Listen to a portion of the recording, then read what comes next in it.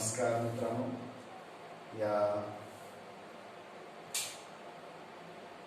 तासामध्ये आपलं सर्वांचं स्वागत। मागच्या तासामध्ये आपण कोविड-19च्या संदर्भात कमी झालेल्या सिलेबसचा आपण विचार केला होता आणि त्या अनुषंगानं आज आपण इयत्ता 10वीची जी बोर्ड परीक्षा होणार आहे 2 मार्च 2020 मध्ये, मार्च 2020-21 म्हणजे मार्च 21ला त्या परीक्षेच्या संदर्भामध्ये जो पेपर होणार आहे, परीक्षा होणार आहे, त्या परीक्षेचा पेपर पॅटर्न गणिताचा कसा असेल याचा विचार आपण करणार आहोत।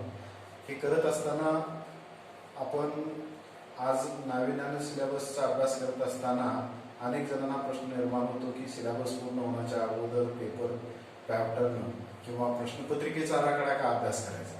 तर याचं कारण असं आहे की गणिताचा अभ्यास सुरुवात करत असताना आपलं पहिलं उद्देश असा आहे की माध्यमिक शाळा प्रमाणपत्र परीक्षेत आपल्याला गणितामध्ये जास्तीत जास्त गुण मिळवायचे आणि मग हे गुण मिळवत असताना परीक्षा पद्धती आणि परीक्षा डोळ्यासमोर असल्याच पाहिजे आणि या परीक्षेच्या अनुसार आराखड्यानुसारच पाठ्यपुस्तकाचा अभ्यास केला पाहिजे आणि पाठ्यपुस्तकाचा अभ्यास करत असताना कोणत्या बाबीकडे लक्ष देणे गरजेचं आहे। म्हणून प्रश्नपत्रिकेचा आराखडा सर्वप्रथम आपण लक्षात घेतला पाहिजे।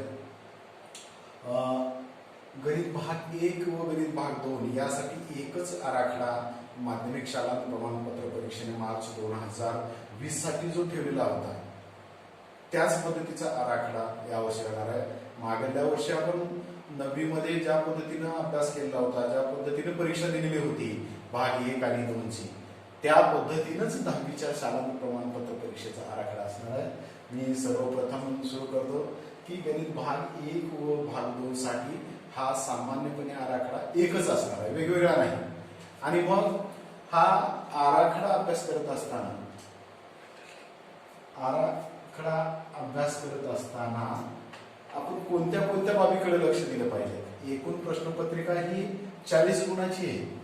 आपण 9वीलाही 40 गुणाची प्रश्नपत्रिका दिलेली होती गणित भाग 1 आणि गणित भाग 2 आणि यावर्षी सुद्धा शाळा प्रमाणपत्र परीक्षेमध्ये गणित भाग 1 साठी 40 गुण आणि गणित भाग 2 साठी 40 गुणाचे असेल।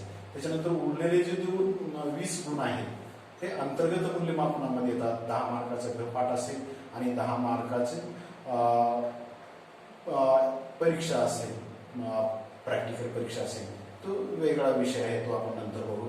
आणि मग या प्रश्नपत्रिकेच्या आराखडे बघत असताना सर्वप्रथम कशाकडे बघितलं पाहिजे की एकूण प्रश्न किती आहे आणि प्रत्येक प्रश्नामध्ये कशा पद्धतीने अभ्यास केला पाहिजे याचा विचार करू। प्रश्न क्रमांक 1 हा 2 भागामध्ये विभागला आहे, अ आणि ब, म्हणजे की ए आणि बी। दिलेल्या पर्यायापैकी योग्य पर्याय निवडून त्याचे वर्णाक्षर लिहा। हा 4 गुणासाठी 1-1 गुणाचे 4 प्रश्न येणार आहेत। आता याच्याकडे पुन्हा एकदा बघा की 1 मार्काचा हा 1 गुणाचा प्रश्न आहे। 4 पर्याय दिलेत ए बी सी डी, या 4 पर्यायापैकी एक उत्तर बरोबर आहे आणि त्याचं उत्तर न लिहिता वर्णाक्षर लिहायचे। म्हणजे समजा पर्याय बी बरोबर असेल तर तो बीच लिहायचे, उत्तर लिहायचं नाही। पर्याय डी बरोबर आहे तर डीच हा पर्याय घ्यायचा आहे, मात्र उत्तर लिहायचं नाही। आपण 9वीलाही त्या पद्धतीने पाहिलं। हे कटाक्षाने या वर्णाक्षराकडे फार लक्षपूर्वक बघितलं पाहिजे। त्याच्यानंतर याच्यामध्ये बी आहे। बी मध्ये 1-1 मार्काचे 4 प्रश्न आहेत आणि 4ही प्रश्न आपल्याला सोडवले पाहिजे। प्रत्येक प्रश्नाला 1-1 गुण, अशा पद्धतीने 4 प्रश्न याच्यामध्ये चॉईस नाही आहे। प्रश्न ए मध्ये सुद्धा 4 पैकी 4 सोडवायचे आणि बी मध्ये सुद्धा 4 पैकी 4 सोडवायचे। म्हणजे प्रश्न पहिला किती गुणाचा झाला? 8 गुणाचा झाला। विकल्पासह 8च गुण होतात। त्याच्यानंतर प्रश्न प्रश्न क्रमांक 2 कडे जाऊन इथून मात्र थोडस ऑब्जेक्टिव्हच्या व्यतिरिक्त म्हणजे दीर्घोत्तरी प्रश्नाकडे आपण जाणार आहोत। आणि सांगायचा मुद्दा हा की प्रश्न 1 ज्या पद्धतीनं ऑब्जेक्टिव्ह आहे, म्हणजे तुमच्याकडं एखाद्या प्रश्नाकडे कशा पद्धतीने तुम्ही ऑब्जेक्टिव्ह विचारता, तुमचं टोकदार उत्तर येतं का। आणि म्हणून पाठ्यपुस्तकाचा अभ्यास करत असताना आपण एखाद्या गोष्टीकडे अतिशय बारकाईनं पाहिलं पाहिजे. म्हणून सिलेबसचा अभ्यास करत असताना पाठ्यपुस्तक वाचलं पाहिजे, पाठ्यपुस्तकाचं सुद्धलेखन लिहिलं पाहिजे. मी तुम्हाला मागे सांगत होतो की 9वीला आणि 8वीला ज्या पद्धतीने गणिताचं शुद्धलेखन लिहित होतो, वाचन करत होतो मराठीच्या पुस्तकाप्रमाणे, त्या पद्धतीनंच आत्ताही अभ्यास करायचे. आणि मग त्या अभ्यासातून या प्रश्न एकच उत्तर किंवा एक आपल्याला साध्य होतं. म्हणून अतिशय हा महत्वाचा प्रश्न आहे, कारण याच्यामध्ये एकही आपला चॉईस नसल्यामुळे इथं जर गुण कटला तर आपल्याला पुढे पूर्ण प्रक्रियेची बेरीज केल्यानंतर कमी गुण पडतात. त्याच्यानंतर जरा प्रश्न दुसऱ्यामध्ये आहेत ए आणि बी. ए मध्ये 3 कृती दिलेल्या आहेत, त्यापैकी 2 कृती पूर्ण करायचे, तर 2 गुणाचे 2 म्हणजे 4 गुण होतात. ही कृती आहे, पाठ्यपुस्तकामध्ये कृती दिलेली आहे, त्या कृतीच्या आधारे किंवा तशाच पद्धतीचे प्रश्न प्रश्नपत्रिकेबद्दल अगदी सामान्य पद्धतीने सोप्या पद्धतीचे प्रश्न असतात. पाठ्यपुस्तक अभ्यास करा, त्याचं उत्तर लिहित असताना सुद्धा ते जसंच्या तसं उत्तर दिलेला प्रश्नपत्रिकेचा आराखडा, प्रश्नपत्रिकेमधील जे प्रश्न आहेत जसंच्या तसं लिहायचे. फक्त त्याच्यामध्ये जे कृती चौकट दिली आहे त्या चौकटीमध्ये उत्तर लिहायचे आणि मग याला प्रत्येक कृतीला 2-2 गुण आहे. प्रश्न पहिला बी, इथं कृती नाही, 5 प्रश्न दिले, हे 2-2 गुणाचे प्रश्न आहेत, त्यापैकी 4 सोडवायचे. या प्रत्येक प्रश्नाचं उत्तर 3-4 ओळीमध्ये, कदाचित 2 ओळीमध्ये किंवा किमान 4 ओळीमध्ये असतं. प्रत्येक प्रश्नाला 2-2 गुण आहेत. अशा पद्धतीनं 4 प्रश्न सोडले तर 8 गुण पडतात. याला एक ऑप्शन दिलाय म्हणजे 5 दिले, 5 पैकी 1 सोडायचे, विकल्पासह 16 गुण होतात. म्हणजे 5 गुणी 10 आणि 3 गुणी 6. पण आपल्याला मात्र 8 आणि 4 12 गुण प्रश्न दुसऱ्यामध्ये पडतात.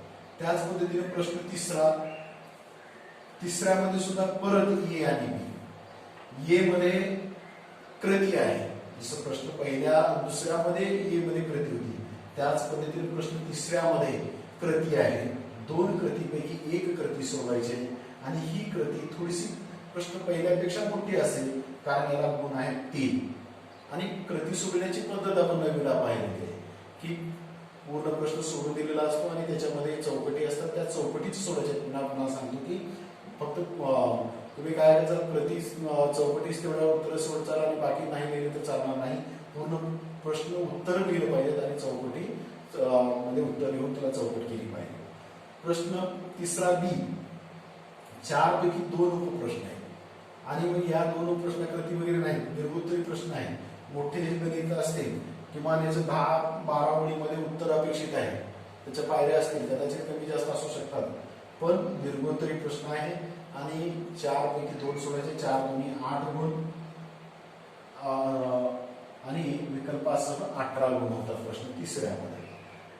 आता आपण प्रश्न क्रमांक 4 हा अगदी या प्रश्नपत्रिकेतला मोठा गाभा आहे, सगळ्यात मोठे प्रश्न आहेत आणि मोठे असल्यामुळे याची उत्तरही मोठे आहेत आणि साहजिकच गुण जास्त आहेत. 3 उदाहरणं दिलेले आहेत, त्यापैकी आपल्याला 2 उदाहरणं सोडवायची.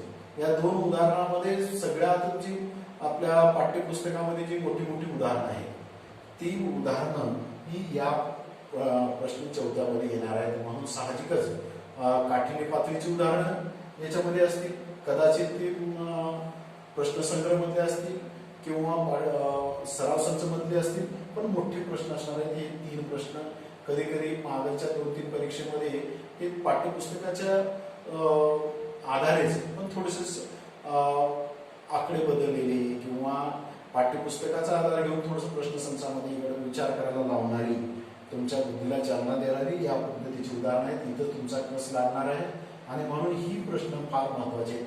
ही फक्त इथं ऑप्शन आहे, 3 प्रश्न आहेत, 3 पैकी एखादं नाही आलं तरी चालतं.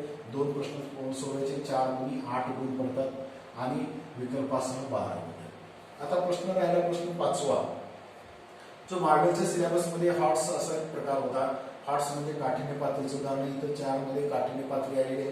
पण प्रश्न 5वा काय आहे, 5व्यामध्ये 2 पैकी 1 उपप्रश्न सोडवायचे आणि याला गुण आहेत 3. आता या 3 मध्ये काय होतं की हा सिलेबस मधला आहे का, सिलेबस मधला बाहेरला आहे का, असाही प्रश्न निर्माण होतात. हा प्रश्न विचार करायला लावणारा प्रश्न आहे, मग तो सिलेबस मधला असेल किंवा सिलेबसच्या आधारे पाठ्यपुस्तकाच्या बाहेरला सुद्धा असू शकेल. तर मार्च 2020च्या परीक्षेमध्ये आलेला प्रश्न हा मागच्या अभ्यासक्रमावर होता, म्हणजे यालाच अनुसरून मागच्या पाठ्यपुस्तकामध्ये होता. तर साहजिकच विचार करायला लावणार आहे. तुमचं चिंतन मनन तुम्ही कशा पद्धतीने अभ्यास करता, याच्यामध्ये तुम्हाला कोणत्या कोणत्या प्रकारची उदाहरणं येतील. स्वमत मांडण्याची, त्यानंतर दिलेल्या माहितीतून आकृती काढणे, आकृती अपूर्ण असणे पूर्ण करणे, प्रसंगावरून उदाहरण तयार करणे, उत्तरोत्तरी प्रश्न, अंदाज व निकटीकरण, अशा पद्धतीने वेगवेगळे, जसं आपण इतर भाषा विषयामध्ये ज्या पद्धतीनं प्रश्न असतात, थोडेसे विचार करायला लावणारे, आपल्या चिंतन करून लिहिणारे, निबंध लिहा, या पद्धतीनं प्रश्न 5व्यामध्ये हा प्रश्न असेल. 3 गुणांसाठी हा प्रश्न असेल. इथं मात्र 2 प्रश्न दिले, उपप्रश्न, त्यापैकी एक सोडायचे, म्हणजे ऑप्शन आहे आपल्याला. फार घाबरून जाण्यासारखं कारण नाही. बरेच विद्यार्थी काय म्हणतात, सर प्रश्न 5वा सुटत नाही. वास्तविक प्रश्न 5वा हा अगदी दुसऱ्या प्रश्न इतका काठिण्य लेवल कमी असणारा प्रश्न असतो, पण आपण भांबवून जातो, म्हणून याला भांबवून न जाता प्रश्न 5वा सोडायचे. अशा पद्धतीनं हा प्रश्नपत्रिकेचा आराखडा आपण पाहिलेला आहे, आणि हा आराखडा भाग 1 व भाग 2 साठी समान आहे, वेगवेगळा नाही. आता प्रश्न भूमितिक रचनेचे वेगळे, आलेखाचे वेगळे वगैरे असू शकतात, पण आराखडा मात्र हा दोन्ही पेपरसाठी एकच आहे. याचा बारकाईने अभ्यास करणे. पुन्हा एकदा बघा, प्रश्न 1 मध्ये एबी आहे, प्रश्न 2 मध्ये एबी आहे, प्रश्न 3 मध्ये एबी आहे, प्रश्न 4थ्यामध्ये एबी नाही. प्रश्न 4थ्यामध्ये फक्त 2च उदाहरण सोडायचे, 5व्यामध्ये एकच उदाहरण. अतिशय सोपा प्रश्नपत्रिकेचा हा आराखडा आहे, आणि प्रश्नपत्रिकेचा आराखडा डोळ्यासमोर ठेवूनच प्रत्येक पाठ्यक्रम सराव संच आपल्याला अभ्यासाचे आहेत, आणि तुम्हाला या पूर्ण अभ्यासक्रमासाठी हा आराखडा अगदी डोळ्यासमोर असला